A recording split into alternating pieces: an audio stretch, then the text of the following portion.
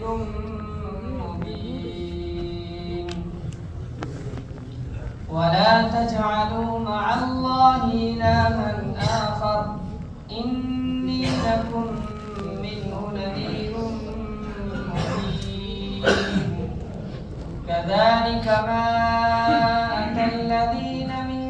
قبلهم من رسول إلا قالوا ساحر أو مجنون أتواصوا به بل هم قوم طاغون فتول عنهم فما أنت بملوم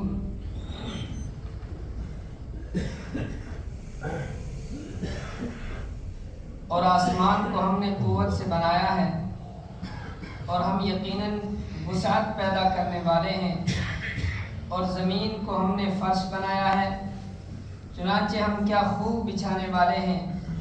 اور ہر چیز کے ہم نے جوڑے پیدا کیے ہیں تاکہ تم نصیحت حاصل کرو لہٰذا دوڑو اللہ کی طرف یقین جانو میں اس کی طرف سے تمہارے لیے صاف صاف خبردار کرنے والا بن کر آیا ہوں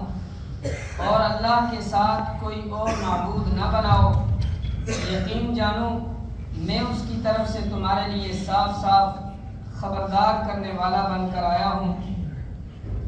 اسی طرح ان سے پہلے جو لوگ تھے ان کے پاس بھی کوئی پیغمبر ایسا نہیں آیا جس کے بارے میں انہوں نے یہ نہ کہا ہو کہ جادوگر ہے یا دیوانہ ہے کیا یہ ایک دوسرے کو اس بات کی وصیت کرتے چلے آئے ہیں نہیں بلکہ یہ سرکش لوگ ہیں لہٰذا اے پیغمبر صلی اللہ علیہ وسلم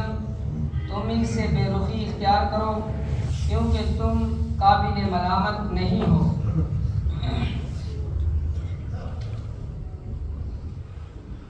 اللہ تبارک و تعالیٰ نے اپنی قدرت کی نشانیوں کو بیان فرمایا تاکہ انسان ان میں غور و فکر کرے اور اسی سلسلے میں اللہ تبارک و تعالیٰ نے پہلے انبیاء کرام کے کچھ واقعات بیان فرمائے کچھ انبیاء کرام کا تذکرہ فرمایا نبی رحمت صلی اللہ علیہ وسلم کو تسلی دینے کے لیے کہ جب آپ صلی اللہ علیہ وسلم کو طرح طرح کے الزامات لوگ دینے لگے کوئی جادوگر کہنے لگا کوئی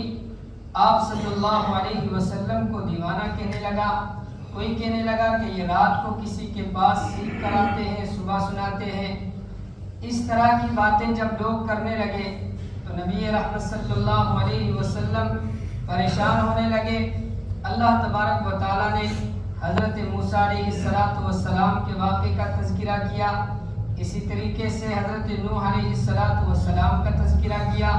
حضرت لوط اور حضرت ابراہیم علیہ السلام کا تذکرہ کیا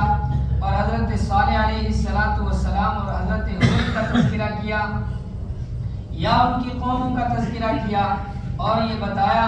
کہ آپ سے پہلے جو انبیاء آئے تھے ان کے ساتھ بھی لوگوں نے ایسے ہی کیا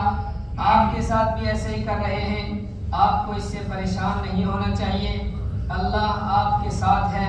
اور اللہ تبارک و تعالیٰ نے اپنی قدرت کی کئی ایک نشانیوں کو بیان کیا جن کو انسان اپنی آنکھوں سے دیکھ سکتا ہے اور سمجھنے والا اگر اس کے اندر ذرہ برابر بھی غور و فکر کرے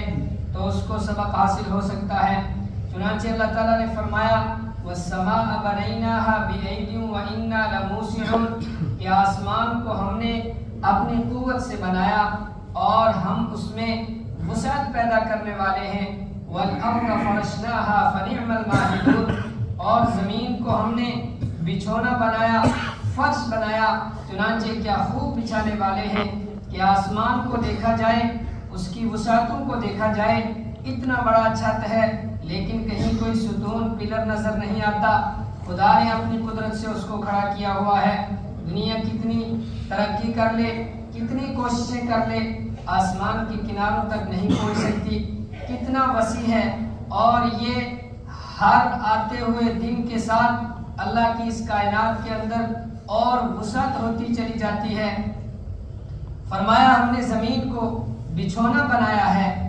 کیا ہی بہترین بچھانے والے ہیں ہم کہ اس زمین کے اندر اگر انسان غور و فکر کرے،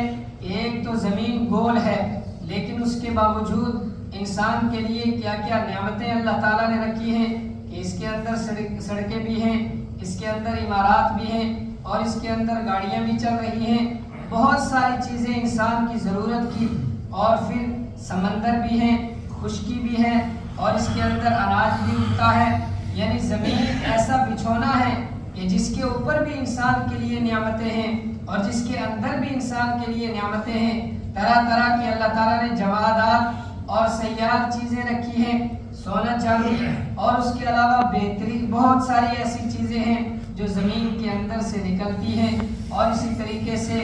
اور انسان کی ضرورت کی چیزیں جو ہر آتے دن کے ساتھ انسان اپنی سوچ کے ذریعے سے، اللہ کی عطا کی ہوئی عقل کے ذریعے سے کوشش کرتا ہے اور نئی نئی چیزیں نکلتی ہیں، یہ اللہ نے اسی بچھونے کے نیچے رکھی ہیں۔ اور پھر فضاؤں کا نظام رکھا جس کے اندر بہترین ہوائیں ہیں اور بہترین چیزیں انسان کے استعمال کی ہیں۔ ان کے اندر اگر انسان غور و فکر کرے گا تو اپنے مالک کا نہ شکرہ نہیں بنے گا بلکہ اس کا شکر گزار بنے گا۔ وَمِن كُلِّ شَيْءٍ خَلَقْنَا زَوْجَيْنِ، اور ہم نے ہر چیز کو جوڑا جوڑا بنایا ہے، لَعَلَّكُمْ تَذَكَّرُونَ، تاکہ تم نصیحت حاصل کرو۔ آج سے 100 سال پہلے علماء کا بھی یہی خیال تھا، حکماء بھی یہی کہتے تھے، اور سارے کے سارے انسان یہی سمجھتے تھے کہ جوڑے صرف انسانوں میں اور حیوانات میں ہیں۔ آج ایجادات ہوئی، سائنس نے اس چیز کو ثابت کر دیا کہ نباتات میں اور جڑی بوٹیوں میں، درختوں میں، پھلوں میں بھی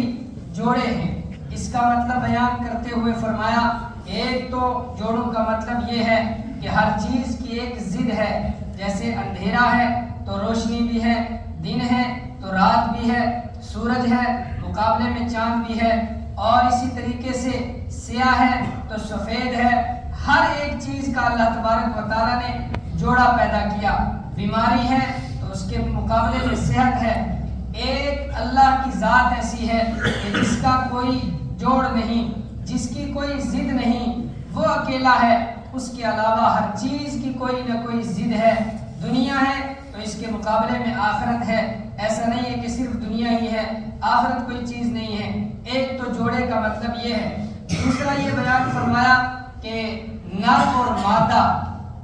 یہ اللہ تبارک و تعالیٰ نے بنائے ہیں، درختوں میں بھی، نباتات میں بھی، اور ہر ایک چیز میں جس کا اللہ تبارک و تعالیٰ نے یہاں تذکرہ فرمایا۔ یہ چیزیں جن کو سائنس بھی پروف کر رہی ہے، ان چیزوں کو پڑھنے کے بعد، سمجھنے کے بعد، غور و فکر کرنے کے بعد اللہ تعالیٰ فرماتے ہیں فَفِرُّوا إِلَى اللَّهِ، جب یہ قدرت کی نشانیاں تمہیں نظر آ رہی ہیں، تم دیکھ رہے ہو اور ان کو استعمال بھی کر رہے ہو، فَفِرُّوا إِلَى اللَّهِ، لہٰذا اللہ تبارک و تعالیٰ کی طرف دوڑ پڑو، چل پڑو، اللہ تعالیٰ کی طرف دوڑنے کا کہا ہے کہ کوشش کرو۔ انی لکم منہ نذیر مبین، میں تمہارے لیے کھلم کھلا ڈرانے والا ہوں۔ ولا تجعلوا مع اللہ الہا آخر، ان ساری کی ساری چیزوں کو دیکھ کر ان کو پوجو نہیں، ان کی عبادت نہیں کرو کہ سورج کی بلندی کو دیکھ کر، چاند کے چمکنے کو دیکھ کر، زمین کی ہریالیوں کو دیکھ کر، اس کے لہلہاتے جنگلوں اور میدانوں کو دیکھ کر، باغات کو دیکھ کر تم ان کے سامنے سجدہ ریز مت ہو۔ یہ اللہ کی بنائی ہوئی چیزیں ہیں، ان کے سامنے سجدہ نہیں کر سکتے، بلکہ ان کا جو خالق ہے، ان کا جو مالک ہے، ان کو جو پیدا کرنے والا ہے، اس کے سامنے سجدہ کرو۔ ولا تجعلوا مع اللہ الہا آخر، اللہ کے ساتھ کسی دوسرے معبود کو مت ٹھہراؤ۔ انی لکم منہ نذیر مبین، میں تمہارے لیے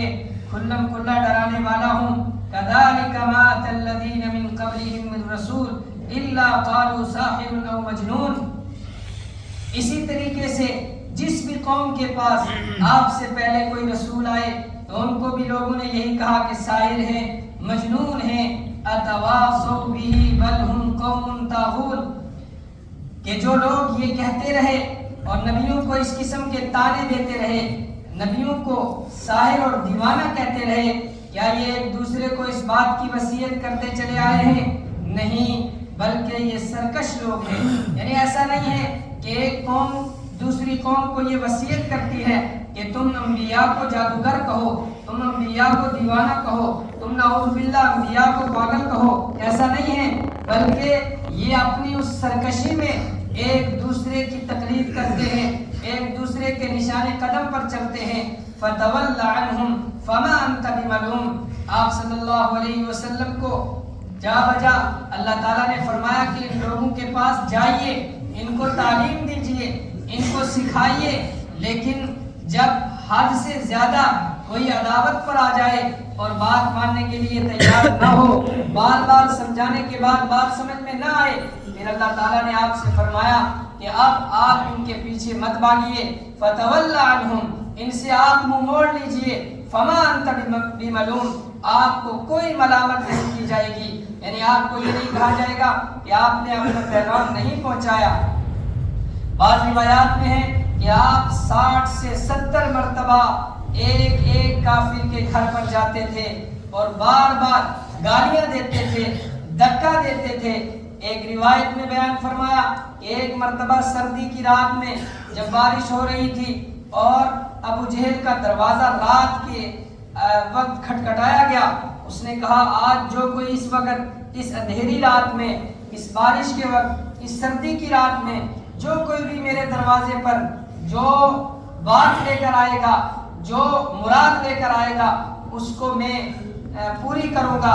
ایسے خالی ہاتھ نہیں لوٹاؤں گا. جب اس نے دروازہ کھولا تو محمد رسول اللہ صلی اللہ علیہ وسلم اس کے دروازے پر کھڑے تھے. آپ نے فرمایا قولوا لا الہ الا اللہ تفلحوا، لا الہ الا اللہ کہہ دو کامیاب ہو جاؤ گے. اس نے یہ ارادہ کیا تھا کہ جو بھی آئے گا، جو کچھ بھی کہے گا مان لوں گا، لیکن اس بات کو سننے کے بعد دروازہ بند کر دیا. رات کی تنہائیوں میں، دن میں اور گرمی اور سردی میں، ہر قسم کے موسم میں آپ صلی اللہ علیہ وسلم نے اللہ کی دین کی طرف بلایا، لوگوں کو دعوت دی، لیکن اس کے باوجود لوگ نہیں مانے. اس کے بعد اللہ تعالیٰ نے فرمایا جو آئندہ کل آیات انشاءاللہ پڑھی جائیں گی، وَذَكِّرْ فَإِنَّ الذِّكْرَىٰ تَنفَعُ الْمُؤْمِنِينَ، کہ آپ مایوس نہ ہوں، نا امید نہ ہوں، اللہ کے دین کی بات بتاتے جائیں، نصیحت کرتے چلے جائیں. جو ایمان والے ہوں گے ان کو یقیناً یہ نصیحتیں نفع دیں گی. اللہ تعالیٰ سمجھنے کی